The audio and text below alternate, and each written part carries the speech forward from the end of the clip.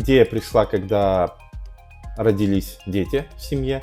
Нужно их обучать крымско-татарскому языку. И учитывая, что дети любят интерактивную игровую форму, конечно, хочется это сделать в интересном для детей формате.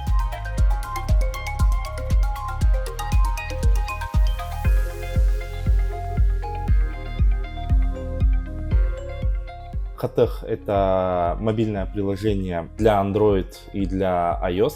По сути, это интерактивная форма изучения слов крымско-татарских, словосочетаний, устойчивых выражений. Преимущество крымско-татарского приложения Хатых — это в том, что оно сделано в современном формате, в формате мобильного приложения. У нас очень мало мобильных приложений, что в плане языка, что в плане культуры.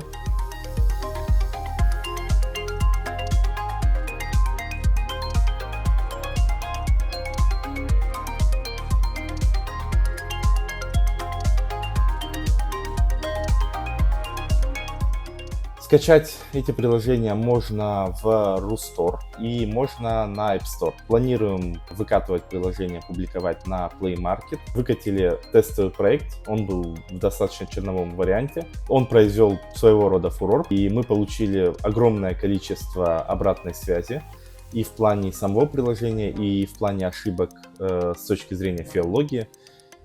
У нас много работы. Теперь надо это все дорабатывать, развивать и доводить до классного, хорошего уровня.